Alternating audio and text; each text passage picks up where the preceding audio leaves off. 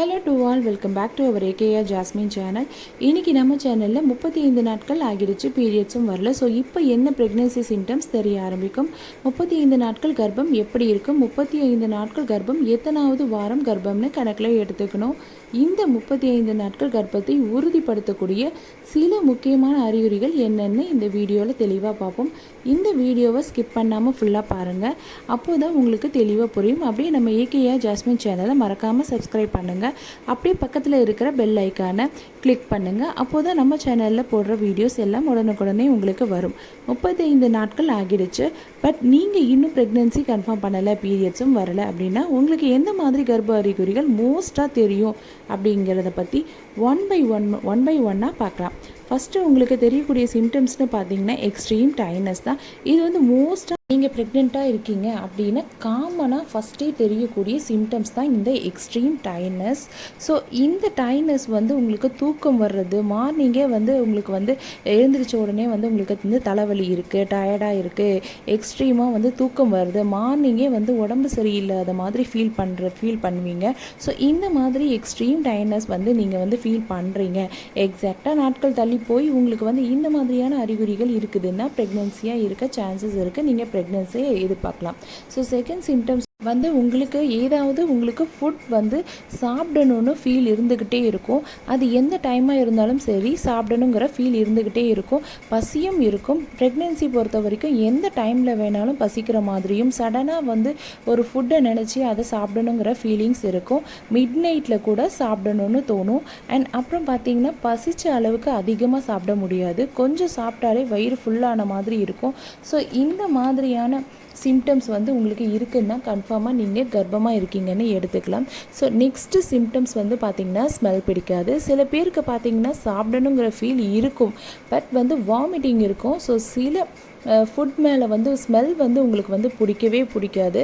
பிடிச்ச உணவுகள் கூட திடீர்னு சாப்பிட பிடிக்காது. இது வரைக்கும் நீங்கள் வந்து உங்களுக்கு ரொம்ப பிடிச்ச உணவுகள் வந்து இருக்கும். ஸோ அந்த உணவுகள் வந்து இப்போ வந்து சடனாக உங்களுக்கு வந்து சாப்பிடவே தோணாது, பார்த்தாலே பிடிக்காது.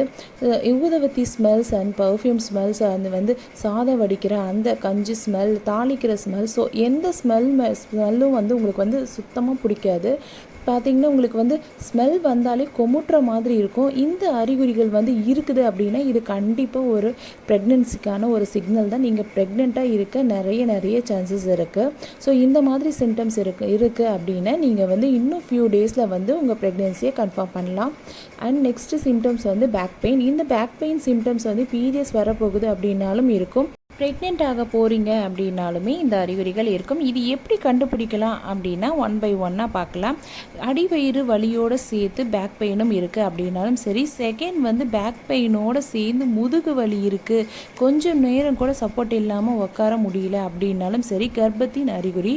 அப்புறம் பார்த்திங்கன்னா எப்பவுமே உங்களுக்கு வந்து பீரியட்ஸ் வர்றதுக்கு முன்னாடியே 4-5 டேஸ்க்கு முன்னாடியே வந்து பேக் பெயின் எப்பவுமே இருக்கும். பட் இப்போ வந்து பார்த்திங்கன்னா அந்த பீரியட்ஸ் வர்றதுக்கு 1 வீக்குக்கு முன்னாடி வந்து இயர்லியாகவே இந்த அறிகுறி வந்து தெரியுதுன்னாலும் சரி, இல்லைன்னா மாதவிடாய் தள்ளி போய் வந்து எனக்கு இந்த மாதிரியான பேக் பெயின் இருக்குது அப்படின்னாலும் சரி, இந்த அறிகுறிகள் தெரியுதுன்னா ப்ரெக்னென்சி சிம்டம்ஸ். இது வந்து கன்ஃபார்ம் ப்ரெக்னென்சியாக இருக்கும். ஸோ நம்ம சேனல்லையே பார்த்திங்கன்னா கர்ப்பமாக இருந்தால் வரக்கூடிய பேக் பெயின் வந்து எப்படி இருக்கும், எப்படிலாம் இருக்கிற பட்சத்தில் வந்து கன்ஃபார்மாக ப்ரெக்னென்சியாக இருக்கிறதுக்கு சான்சஸ் இருக்குது அப்படின்றத பற்றி தனியாகவே வீடியோ போட்டிருக்கோம், பாருங்கள். அப்புறம் பார்த்திங்கன்னா நம்ம கமெண்ட் செக்ஷனில் ஒரு சிஸ்டர் வந்து டவுட் கேட்டாங்க. அவங்களுக்கு இந்த சிம்டம்ஸ் இருந்து அவங்களோட ப்ரெக்னென்சியை கன்ஃபார்ம் பண்ணியிருக்காங்க. ஸோ இந்த மாதிரி அறிகுறிகள் உங்களுக்கு இருக்குது அப்படின்னா இது கன்ஃபார்ம் ப்ரெக்னென்சியாக இருக்க சான்சஸ் இருக்குது. ஸோ நீங்கள் ப்ரெக்னென்சியை எதிர்பார்க்கலாம். நெக்ஸ்ட்டு சிம்டம்ஸ் வந்து ஸ்டொமக் பெயின். உங்களுக்கு வயிறு வலி வந்து லெஃப்ட் ஆர் ரைட் சைடில் வந்து இழுத்து பிடிச்சி விடுற மாதிரியும் சுருக்குன்னு குத்துற மாதிரியும் இருக்குது. அண்ட் எலாஸ்டிக்கை வந்து பிடிச்சி இழுத்தா எப்படி இருக்குமோ அது மாதிரியான ஃபீல் வந்து உங்களோட வயிற்றில் வந்து ஃபீல் பண்ணுறீங்க.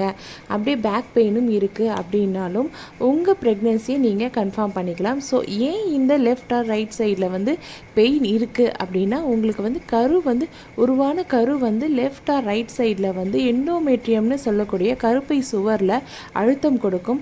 ஸோ அப்படி எந்த சைடில் வந்து கரு வந்து பதியுதோ அந்த சைடில் வந்து உங்களுக்கு வந்து மிதமான பிடிப்பு வந்து இருக்கும். அப்புறம் ஒரு லைட்டான பெயின் இருக்கும்.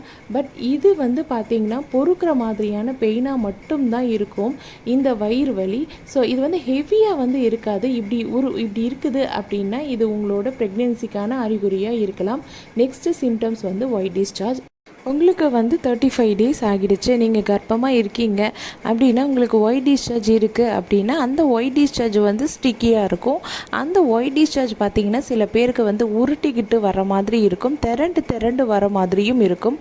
ஸோ ஒருவேளை உங்களுக்கு வந்து ஆஃப்டர் ஓவுலேஷனில் இருந்தே ஒயிட் டிஸ்சார்ஜ் வந்து இருந்துக்கிட்டே இருக்குது, அப்படி இருக்கிற பட்சத்தில் எப்படி கண்டுபிடிக்கிறது அப்படின்னா கரெக்டாக உங்களுக்கு ஓவுலேஷன் முடிஞ்சதுக்கப்புறம் வரக்கூடிய ஒயிட் டிஸ்சார்ஜ் வந்து தண்ணி மாதிரி வருது அப்படின்னாலும் சரி, க்ரீமியாக இருக்குது அப்படின்னாலும் சரி, எக்ஸாக்டாக கரு உருவாகிடுச்சுன்னா உங்களுக்கு அப்படியே ஒரு சடனாக அந்த ஒயிட் டிஸ்சார்ஜில் சேஞ்ச் தெரியும். எப்படின்னா அந்த ஒயிட் டிஸ்சார்ஜ் வந்து அப்படியே திக்காக சேஞ்ச் ஆகும். டே பை டே வந்து டிஃப்ரென்ஸ் தெரியும். நல்லா சில பேருக்கு ஸ்டிக்கியாகவும் இருக்கும், திரண்டு வரும். ஸோ இந்த மாதிரி சேஞ்சஸ் தெரியும்.